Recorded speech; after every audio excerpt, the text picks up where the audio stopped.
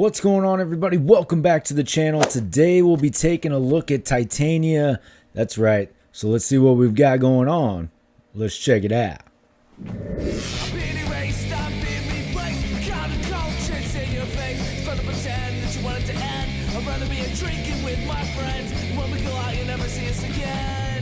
As promised, today we'll be taking a look at Titania. So let's see what we've got going on. So this is certainly one that I was looking forward to, as it is a new character for the display.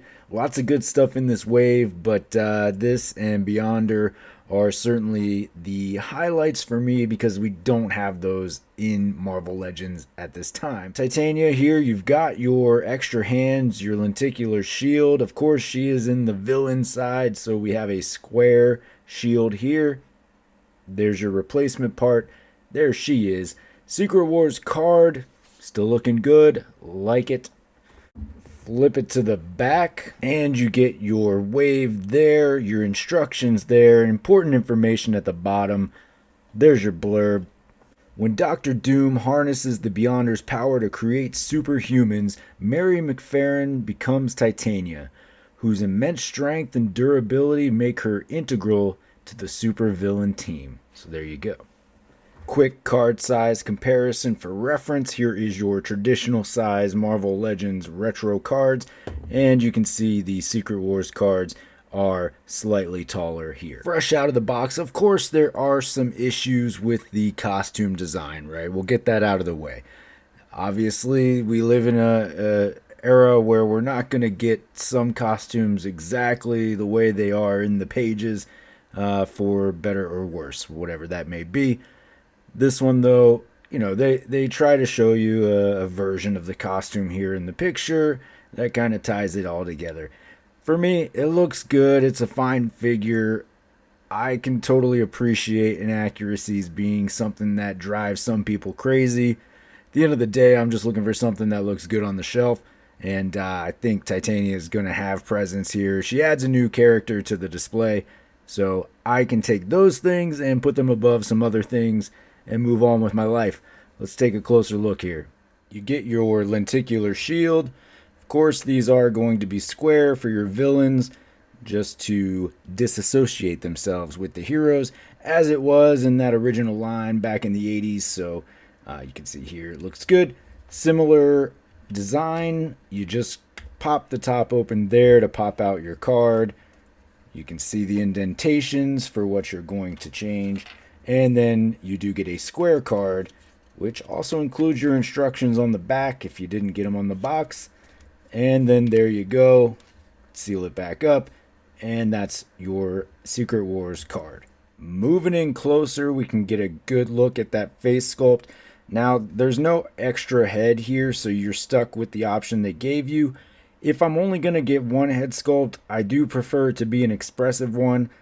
I tend to prefer those, and I don't really like the overall aesthetic when there's half of the figures with a non-expressive look and then the other half with an expression. So if we're only going to get one, I do prefer something with an expression, just adds to the display ability. However, two heads, man, two heads. Always two heads. All right. Good design, obviously not what some people would prefer. You do like to see the accurate costumes, but this is still a great looking figure. You get some good details in here. The spikes painted on the arms just bring out a little bit extra there. The gold on the belt really shining through. Same thing with the silver spikes painted on the boots down there. A little bit of difference in color, as we've seen many times so far, between the elbows and knees versus the arms and legs respectively. But overall, I mean, that doesn't come through too much in person, but it certainly comes through on camera.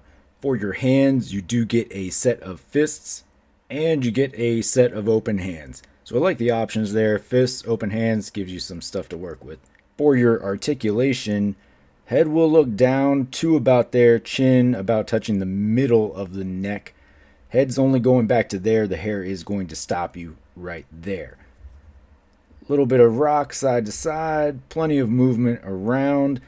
Hair's going to stop you on either shoulder, but you can work that and get it all the way around, so you do have all of that rotation. Arm does move all the way back. Hair doesn't get too much in the way. You did see, though, as I moved it back, it does kick the hair out. Arm does go up and out to about there. Upper bicep cut. Double jointed, pinless at the elbow. You do get that bell in the upper torso area, but no lower ab crunch. So you are at a singular point in the torso. Certainly like to see more there.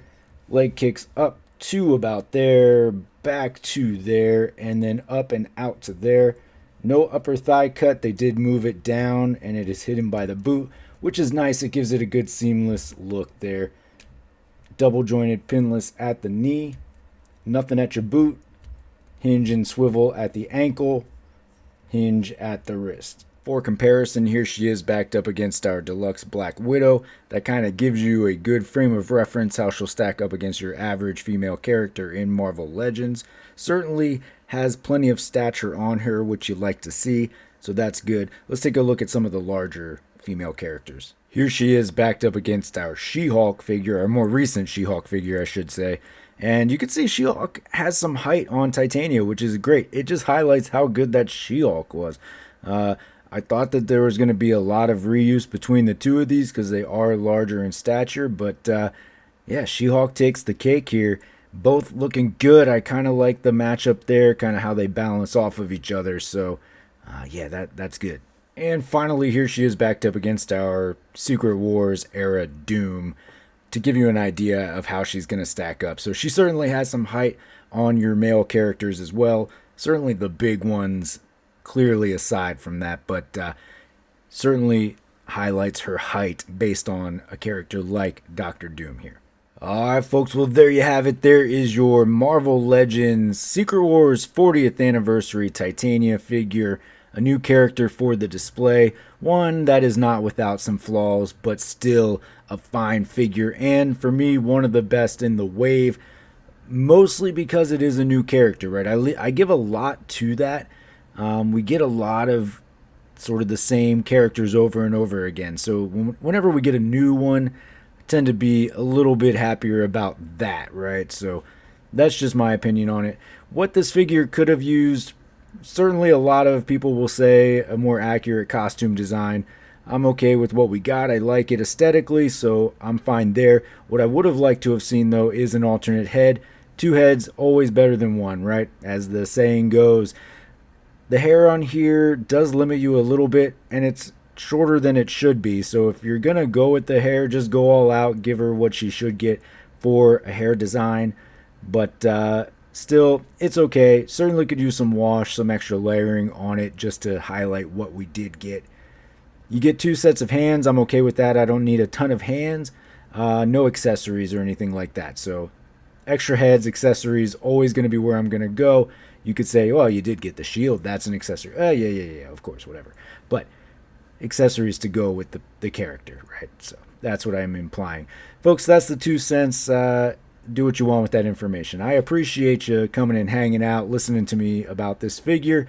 Hopefully you got something out of it. If you did, let me know. If you didn't, let me know. Let's just talk about it. You can always find me on any of these socials down here. Most importantly, though, don't forget to hit that like and subscribe below. And until next time, take it easy.